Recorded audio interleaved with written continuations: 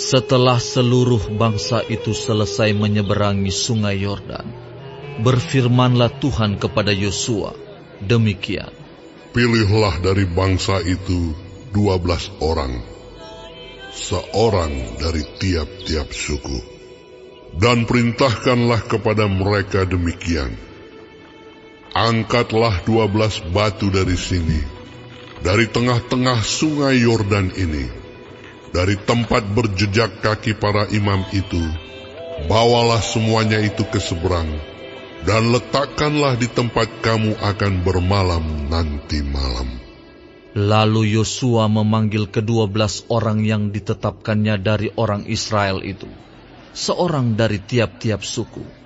Dan Yosua berkata kepada mereka, menyeberanglah di depan tabut Tuhan Allahmu ke tengah-tengah sungai Yordan, dan angkatlah masing-masing sebuah batu ke atas bahumu, menurut bilangan suku orang Israel, supaya ini menjadi tanda di tengah-tengah kamu.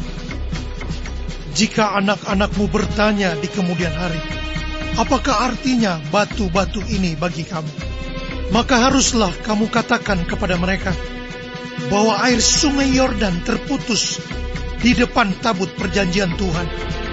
Ketika tabut itu menyeberangi sungai Yordan, air sungai Yordan itu terputus. Sebab itu, batu-batu ini akan menjadi tanda peringatan bagi orang Israel untuk selama-lamanya. Maka orang Israel itu melakukan seperti yang diperintahkan Yosua. Mereka mengangkat 12 batu dari tengah-tengah sungai Yordan, seperti yang difirmankan Tuhan kepada Yosua, menurut jumlah suku Israel. Semuanya itu dibawa merekalah ke seberang, ke tempat bermalam, dan diletakkan di situ.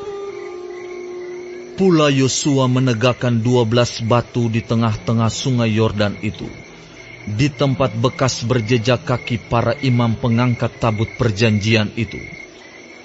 Batu-batu itu masih ada di sana sampai sekarang. Para imam pengangkat tabut itu tinggal berdiri di tengah-tengah sungai Yordan, sampai selesai dilakukan segala yang diperintahkan Tuhan kepada Yosua untuk disampaikan kepada bangsa itu, sesuai dengan segala yang diperintahkan Musa kepada Yosua. Maka menyeberanglah bangsa itu dengan cepat-cepat.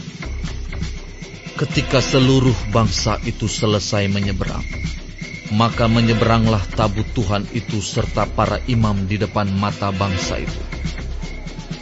Juga Bani Ruben, Bani Gad, dan suku Manasye yang setengah itu menyeberang dengan bersenjata di depan orang Israel itu, seperti yang dikatakan Musa kepada mereka.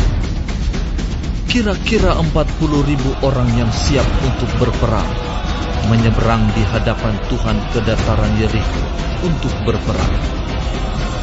Pada waktu itulah Tuhan membesarkan nama Yosua di mata seluruh orang Israel, sehingga mereka takut kepadanya, seperti mereka takut kepada Musa seumur hidupnya. Berfirmanlah Tuhan kepada Yosua, demikian. Perintahkanlah para imam pengangkat tabut hukum Allah itu, supaya naik dari sungai Yordan. Maka Yosua memerintahkan kepada para imam itu, demikian. Keluarlah dari sungai Yordan. Ketika para imam pengangkat tabut perjanjian Tuhan itu keluar dari tengah-tengah sungai Yordan, dan baru saja kaki para imam itu dijejakkan di tanah yang kering, maka berbaliklah air sungai Yordan itu ke tempatnya, dan mengalir seperti dahulu dengan meluap sepanjang tepinya.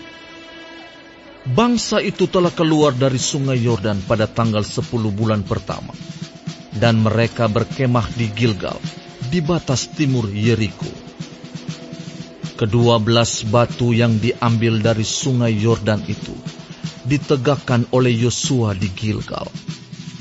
Dan berkatalah ia kepada orang Israel, demikian.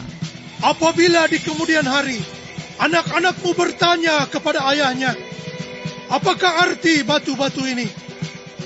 Maka haruslah kamu beritahukan kepada anak-anakmu, begini, Israel telah menyeberangi sungai Yordan ini di tanah yang kering, sebab Tuhan Allahmu telah mengeringkan di depan kamu air sungai Yordan, sampai kamu dapat menyeberang seperti yang telah dilakukan Tuhan Allahmu dengan laut Teberau yang telah dikeringkannya di depan kita, sampai kita dapat menyeberang, supaya semua bangsa di bumi tahu bahwa kuat tangan Tuhan, dan supaya mereka selalu takut kepada Tuhan Allahmu.